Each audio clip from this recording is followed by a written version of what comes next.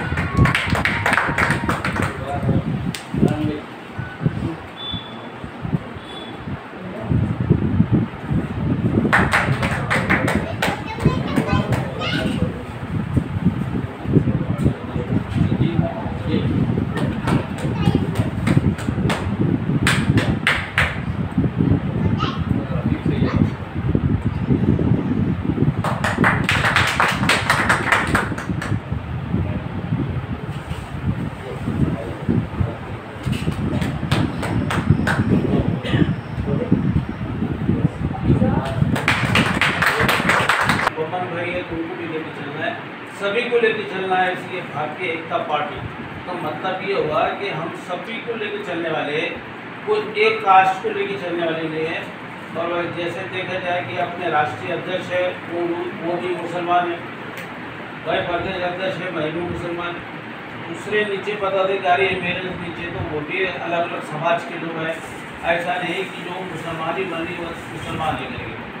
हमको आज जैसा कि जो चल रहा है और महाराष्ट्र के अंदर जातिवाद की भाषा चल रही है और कहीं कहीं जो सरकारी कानून संसद के बारे में गलत अल्फाज वापरे जा रहा है, उसके लिए भी हम एहतजाज करेंगे। आप लोग सब साथ में रहना चाहिए और हम उनका निषेध करेंगे। और नीतीश राणे को भी जल्द से जल्द पुलिस ने पकड़ना चाहिए, ऐसी हम आशा रखते हैं। अगर उन्होंने अभी दोनों पे आरोप गुना दाखिल नहीं करी, महाराष्ट्र गवर्नमेंट ने, शिंदे साहब ने और फडणवीस साहब ने नहीं करी, तो हम रास्ता रोको आंदोलन करेंगे महाराष्ट्र में। और औरंगाबाद शहर से ही हम यहाँ करेंगे। औरंगाबाद जो शहर है तो मराठवाड़े की राजधानी है, हम मराठवाड़े की राजधानी के ही लोग हैं। जो बाबा है तो मराठवाड़े राजधानी के बाबा है वो, उन्होंने जो गलत अल्फाज करे वो उन्होंने अपने बात वापस लेना चाहिए और उन पर गुनाह दाखिल करना चाहिए और उन्होंने मुसलमानों भाइयों से माफ़ी मांगना चाहिए। ऐसी मेरी ख्वाहिश है, विनती है आप लोगों से। और हम इसको रस्से पर उतरेंगे, रस्से आंदोलन करेंगे। हम भी जैसे कि बाज पार्टी ने इंटीमेशन दिए इतने दिन का उतने दिन का, हम इंटीमेशन नहीं दे रहे हैं, हम चेतावनी दे रहे हैं, गवर्नमेंट को बताना चाह रहे हैं कि भाई देखिए ये जातिवाद इस देश में नहीं चलता है। इस देश में सभी ने बलिदान दिया है देश को आज़ादी दिलाने के लिए, क्योंकि ये बाबा ने नहीं दिया आज़ादी के लिए, नीतीश राणे के खानदान ने नहीं दिया, तो घरानाशाही चल रही है। हमारा यही कहना है कि पॉलिटिक्स के अंदर घरानाशाही को ख़त्म करना है, हमको नए नए लोगों को लाना है, छूट के हमारे को जो इधर से